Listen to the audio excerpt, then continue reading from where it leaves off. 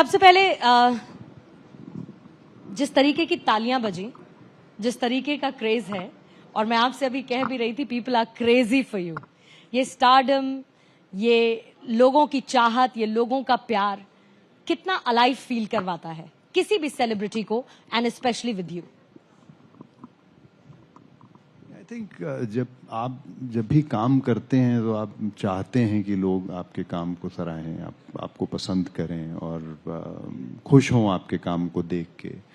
और उसके अलावा अगर आप किसी के फेस पे स्माइल ला सकते हैं अपनी वजह से, अपने काम की वजह से, आई थिंक वो सबसे बड़ी चीज़ होती है। तो आप जहाँ भी जाते हैं लोगों को मिलते हैं, और अगर आपके जाने के बाद आपको शायद कोई नहीं भी चाहता था, लेकिन आपको मिलने के बाद अगर वो आपको चाहने लग जाता है, आई थिंक वो आपके लिए सबसे बड़ी चीज़ होती है। एक बार जरा जोरदार तालियां मुझे उन हाथों से चाहिए जो जिमी शेगिल को आज यहाँ पर देखकर बहुत खुश हैं, और स्पेशली पीछे जितनी भी लड़कियां बैठी हैं उनके चेहरे पर एक मुस्कान है बहुत जबरदस्त वाली, और ये इसी तरीके से बनी रहे। और जैसा कि मैंने कहा कि आपको बहुत जीवंत महसूस करवाती है, बहुत अलाइव महसूस करवाती है, लेकिन आपके बहुत सारे कैरेक्टर्स हमने जिमी देखे, और डेफिनेटली आप एक बहुत शानदार एक्टर हैं। आपकी एक्टिंग की तारीफ हमेशा होती रही है, आपकी फिल्मों को बहुत पसंद किया जाता रहा है, लेकिन आपकी जितनी भी फिल्में आपने की हैं, अगर मैं पूछूं आपका सबसे फेवरेट कैरेक्टर, मासूमियत से भरा कैरेक्टर जिसको आज आप आज भी जीते हैं, तो वो कौन सा कैरेक्टर रहा है आपका? नहीं, मैं अपने किरदारों को नहीं जीता हूँ रियल लाइफ में। मैं आई थिंक एक कहानी होती है, एक फिल्म होती है, जो आपके पास एक स्क्रिप्ट होती है जो आती है, और अगर आपको वो किरदार पसंद आता है या उसके अंदर आपको कुछ ऐसा लगता है कि यार इसको करने में मज़ा आएगा, फिर आप उस इंसान को अपने में ढूंढते हैं, और फिर उसकी शूटिंग शुरू होती है, और एक बार शूटिंग ख़त्म हो जाती है, उसके बाद फिर वो किरदार कहीं गुम हो जाता है। उसके बाद आप एक नई कहानी, एक नई script, I think that is the beauty about our work, because we get to live so many characters, and और बहुत सारे ऐसे किरदार होते हैं स्पेशली कॉमेडी फिल्मों में जो आपको बहुत हंसाते हैं। तो मैं टाइम टू टाइम बीच में एक ब्रेक लेके कोई अच्छी अगर कॉमेडी, कोई सेंसलेस भी आती है, तो मैं करने की कोशिश करता हूँ, बिकॉज मैं खुद करते करते मुझे बहुत अच्छा लगता है कि खुद हंसी आने लग जाती है। जब रिहर्स कर रहे होते हो तो जब वो लाइनें पढ़ते हो और आप हंसने लग जाते हो, बोलते हो अरे यार ये, तो आपको पता होता है कि अगर मैं इन लाइनों पे इतना हंस रहा हूँ तो जब लोग देखेंगे तो 100% हंसेंगे। आपने बहुत सारे जॉनर्स में काम किया, जैसे कि अभी आपने कॉमिक का भी जिक्र किया, फिर रिसेंटली आपने रणनीति की, बालाकोट एयर स्ट्राइक से जुड़ी हुई।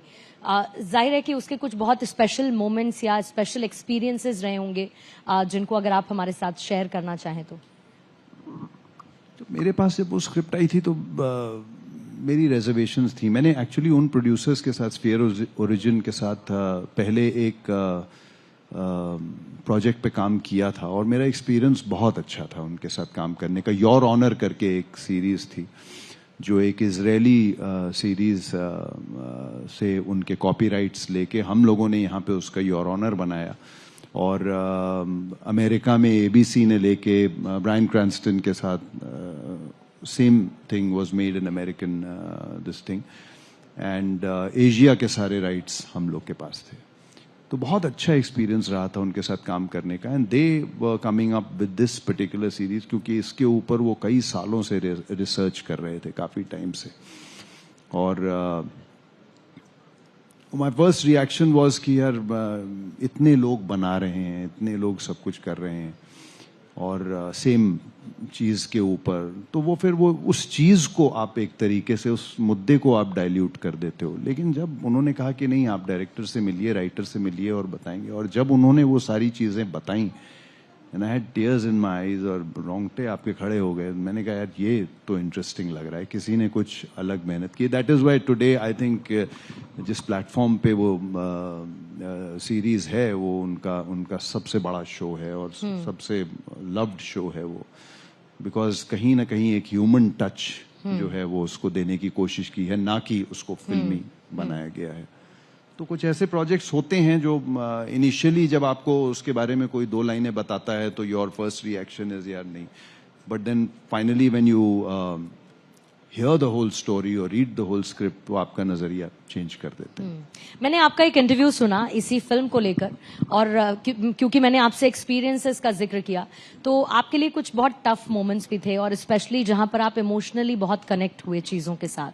वॉर जोन, वहां के लोग क्या महसूस करते हैं? इमोशनली तो खैर मेरी जगह पे कोई और होता तो वो भी कनेक्ट हो जाता। वो कुछ चीजें डायरेक्टर ने, स्पेशली संतोष सिंह ने, कुछ ऐसी ऐसी चीजें उसके अंदर डाल दी थी जो आपको बहुत इंटरेस्टिंग लगती हैं, और आप फिर उसके ऊपर मेहनत करते हो, कुछ काम करते हो कि एक इंसान जो जिसकी सेंस ऑफ स्मेल और सेंस ऑफ टेस्ट जो होता है वो चला गया है किसी वजह से, जो आपको एंड ऑफ द फिल्म में पता लगता है जाके कहानी के अंत में।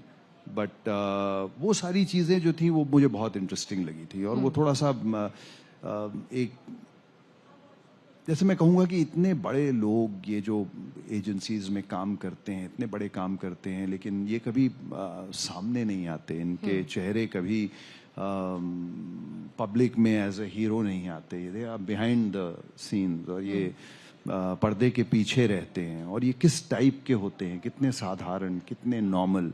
आई थिंक उन सब चीज़ों पे जो डिटेलिंग की गई थी, that really excited me a lot, and I think that was amazing and very challenging.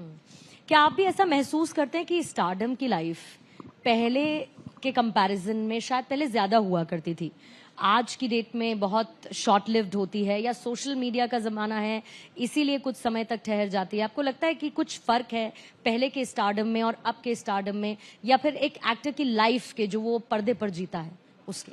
नहीं, आई थिंक पहले ठहराव बहुत था, अब सब कुछ बहुत चंचल सा हो गया है। कौन आ रहा है, कौन जा रहा है, क्या हो रहा है, हर चीज़ के ऊपर मतलब इतने बड़े बड़े मुद्दे हैं। आई थिंक बट वक्त है, वक्त तो बदलता रहता है, मगर अगर आपने पहले का वो वक्त देखा है तो आप थोड़े से ठहरे, थोड़े से सहमे से रहते हैं, जो आपको हेल्प करता है। But I am very distinct with आजकल के जो न्यू कमर्स हैं, किसी भी फील्ड में हों, वो कितना प्रेशर है उनके ऊपर, मैं समझ सकता हूँ। क्योंकि आपने बदलते समय की बात की, तो बदलते समय में हमने देखा ओटीटी प्लेटफॉर्म से लेके ऐसे बहुत सारे आयाम आए जिनके जरिए एक्टर्स को अपनी प्रतिभा को, अपने टैलेंट को दिखाने का और मौका भी मिला, बड़े पर्दे पर ऐसे ही, लेकिन ओटीटी पर भी, और आपने भी ओटीटी पर कुछ सीरीज किए हैं। आपको लगता है कि ये एक्टर्स की लाइफ को और ज्यादा इनहांस ओटीटी प्लेटफॉर्म कर रहा है, और दूसरा रीच लोगों तक इस ओटीटी प्लेटफॉर्म ने एक्टर्स की ज्यादा बढ़ा दी है? जी हाँ, ओटीटी का मतलब ही वो है, इन द सेंस दैट कि आप अपने मोबाइल पे बैठे हुए एक फिल्म को देख रहे हैं, एक सीरीज को देख रहे हैं, आप ट्रैवल कर रहे हैं तब भी देख रहे हैं, आप किसी की वेट कर रहे हैं तो भी देख रहे हैं।